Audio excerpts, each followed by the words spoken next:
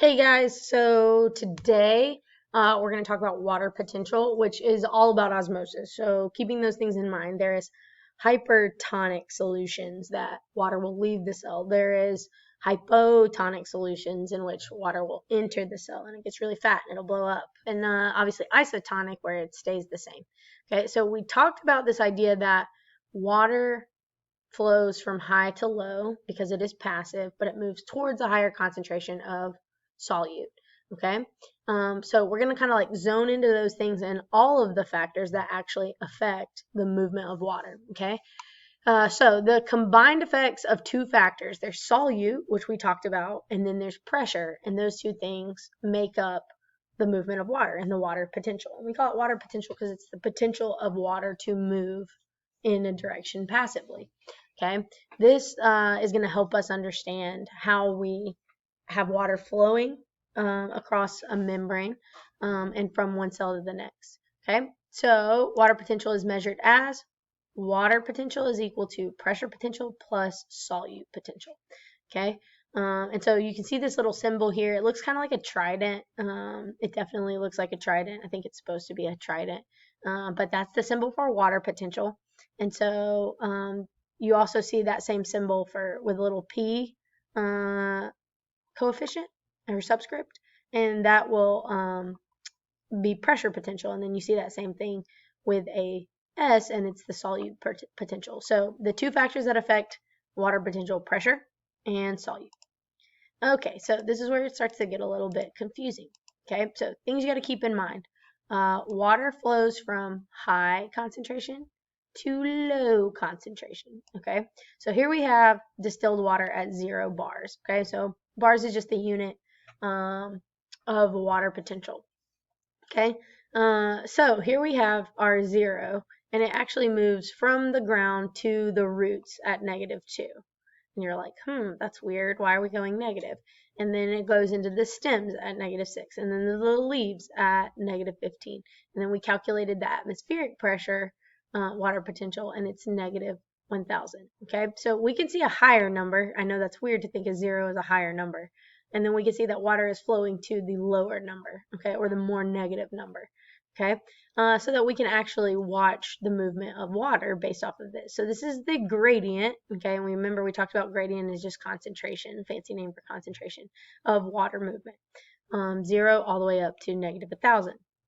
So the standard is water potential, in which pure water, not affected by pressure and not affected by solute, is at 0, okay. And then water potential is measured on either side of the membrane. So we've got to measure this particular amount of water, and then we've got to measure the water in the roots, okay, and all the factors that affect them. So now we're at -2 because we have a little bit something, whether it be solute or pressure affecting the roots. Okay, we move up a little bit more, we measure the water potential or calculate the water potential in the stems. It's even more negative. Okay, so we can get this flow of water from a high water potential to a low water potential. And again, I know that's weird to think about, especially because you're looking at negative numbers here. All right. So solute potential, we can also call it the osmotic potential. We can just call it, this is osmosis. Okay, don't get crazy and don't like make up a completely new concept. This is osmosis, okay? These are explaining osmosis for us, okay? So the solute potential of any solution with an atmospheric pressure is 0, is going to be negative based off of whatever the solute is, okay? The atmospheric pressure is 0 when there is like these opened systems. So do you see like here we have an open system. There's nothing like holding this to let pressure build up in this U2. So that would be a great example of a 0. Okay, animal cells are actually also 0 as long as they're in open containers, and they typically are because they don't have a cell wall of any kind. Okay, so their pressure can't really like maintain pressure on that cell membrane without it popping. This is, again, because that solutes bind to water molecules, reducing the number of free water molecules to move and therefore perform work. Okay, so we can look here and we can see this is just like what we talked about when we talked about osmosis. The sugar concentrations are different. It's higher concentration of sugar here. Water wants to naturally move that way, and then we level out as far as concentrations are concerned. Okay, that means that when we increase solute concentration, it decreases our water potential. So we're going to get more negative. So if I looked at these two, I can guess right away that because this is a higher concentration of solute, this is a more negative solute potential. Because remember, we canceled out zero pressure because these are open systems. So boom, 0. And then all we were left with was the solute potential. More concentration, more negative. Water moves this way towards the more negative number.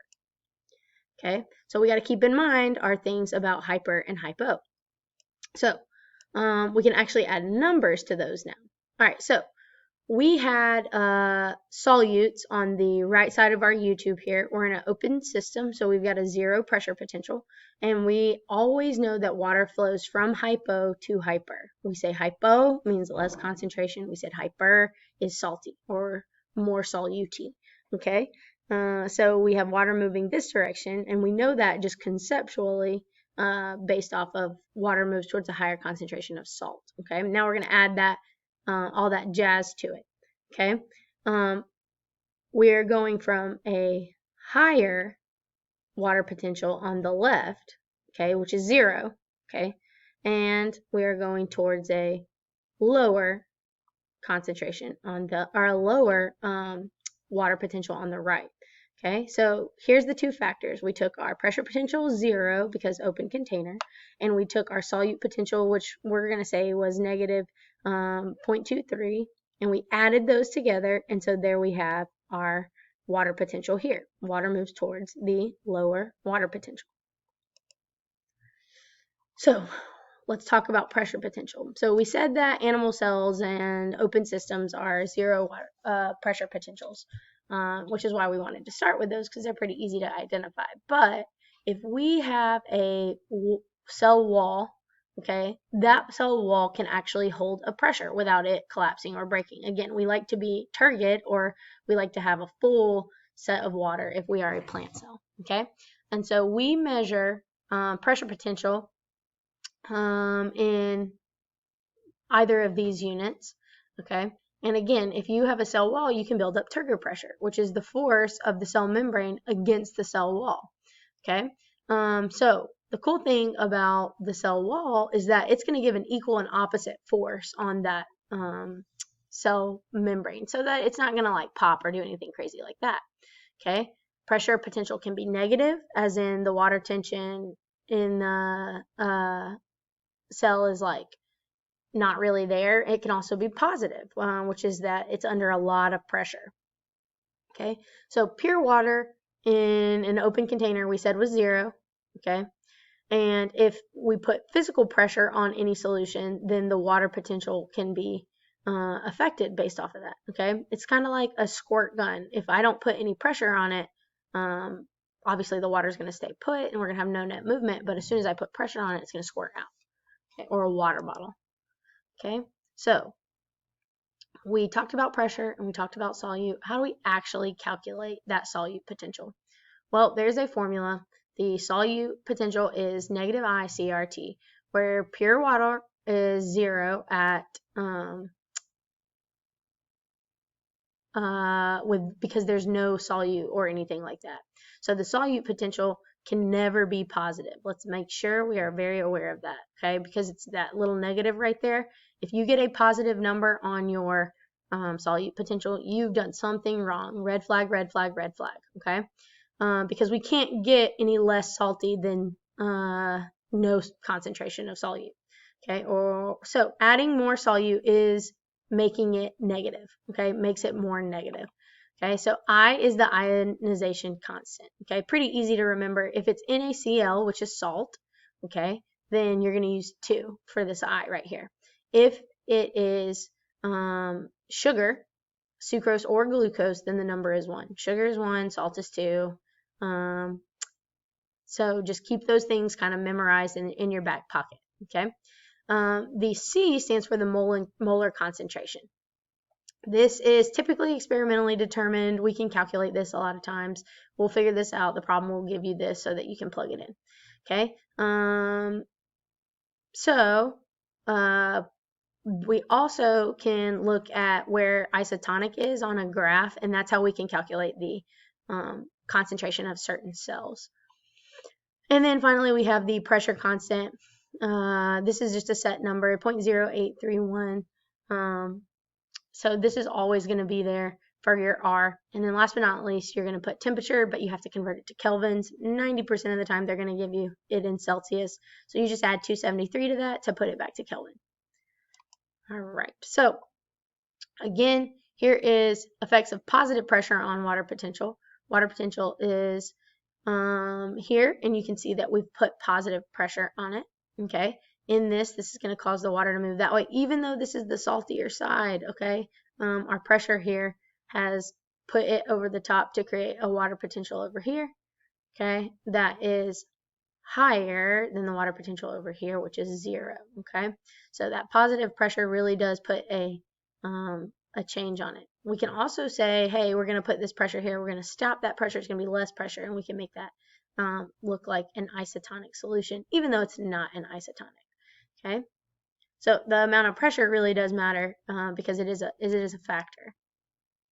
Okay, we can also do negative water potential. So this is more like a straw, like you're pulling things out. So here we go, we got negative. And what's that going to do to this whole situation? Well, it's actually just going to also move things the opposite direction than what we would think, just knowing about osmosis, because we're obviously going to pull water out. Okay, it's going to suck the water out. This actually is the process of reverse osmosis, believe it or not, okay, where we're separating the water from the solute. Okay, all right. So again, if you are in a plant, please remember that we would rather be turgid. So we always have like not a great, we have this flaccid or plasmolysis if we are hypertonic solutions, or if we are isotonic solutions in plant, because they would much rather have this like big full vacuole, plenty of water available to them, and so we love them to be able to be turgid. Okay, so if you look at a cell here, this cell is in equilibrium, which is like kind of annoying. We've got the pressure potential of the cell wall. You've got the solute potential of the actual cell itself. Okay, so it balances out to a point that it is 0. So this looks kind of isotonic, and that's no fun. It's flaccid. Okay. All right. Versus we have a solution here that's obviously no pressure because this is an open container. We've got solute here, which is making it negative after the cell plasmolysizes, because remember, we want the cell, like we're looking at the cell after it's sat in the solution a while. It's going to be different than when it starts in the solution.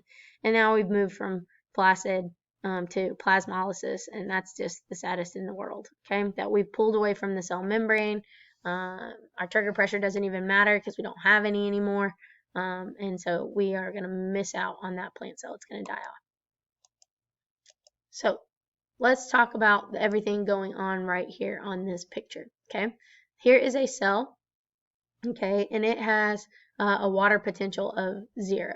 Okay, the cell is placed into a solution with a solute potential of negative 0.5. Okay, so here are things that are happening. Okay, the negative 0.5 solute potential on the outside of the cell is contributing to what the water potential is going to be. Okay, so what does water want to do? Even though it looks like there's more concentration here, okay, water, as we've identified, wants to move towards the lower water potential. Okay, so a outside solution of negative 0.5 is actually lower than this cell, and so water is actually going to move out of the cell, and you had to take into the factor that there was pressure and solute acting on this cell. Key things to remember: water always moves from high to low. Okay, do not Do not forget that, okay? We like to get crazy and talk about how,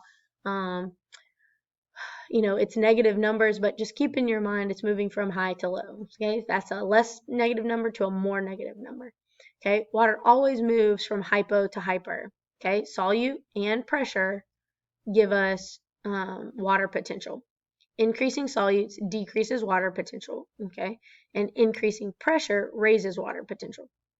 Always use 0 for open containers and animal cells, and then 1 bar of pressure is 1 atmosphere. So let's walk through a little practice problem really quick. There's a plant cell. It has a solute potential of negative 7.5. Keeps a constant volume when immersed in a beaker. If it's a constant volume when immersed in a beaker, that's like a dead giveaway that this is isotonic. So the water potentials are going to be equal to each other, okay? So what is the cell's pressure potential then if the solute potential of that cell was negative 4? Okay, so let's set it up here, okay? We have negative 7.5 bars on the plant cell, okay? And it's keeping a constant volume, okay? So we don't know what the pressure potential was, but what it's equal to is in an open beaker, that pressure was 0 plus the solute potential of negative 4, okay? So I've already balanced this. This is kind of where we're at. I'm solving for y, okay? The pressure potential must be 3.5 because if I did 3.5 plus 7.5, I would get negative 4. Those two things would be equal, okay? One more here. Now we've been given this information, we've got to use our formula, negative I CRT. Okay, so remember, negative I is the ionization constant, and so we have glucose, so we're going to use the number 1. C is the molar concentration. So a cell was containing this much glucose, so this is the molar concentration of the cell. And the solution was this, so this is going to be that concentration in the container itself. What is the cell's potential? Okay, remember the R is the constant that we all know and love, and then we had time, or the temperature right here. So negative I CRT of the cell is equal to negative 1.6 times these, okay, to get us to negative 14.6. So it's equal to negative I CRT if the solution is negative 1 times 0.5 times 0.0831, which is our constant R, and then T is that temperature in Kelvin. That was 20 plus 273. Okay, so here we have that calculated out. Boom, 12. Okay, so we've got the 14.61, which was our cells. We don't know the pressure of the cell wall. Like, we don't know what pressure the cell wall is exerting, so we're going to put our little pressure potential, our variable P here, and it is equal to, because it is equilibrium with its surrounding, the 12.17, okay?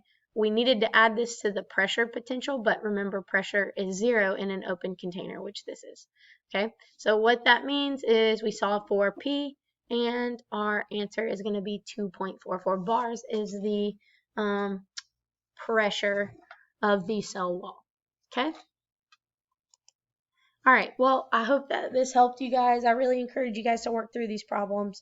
I'll be posting some extra practice for you as well. And other than that, y'all have a great day.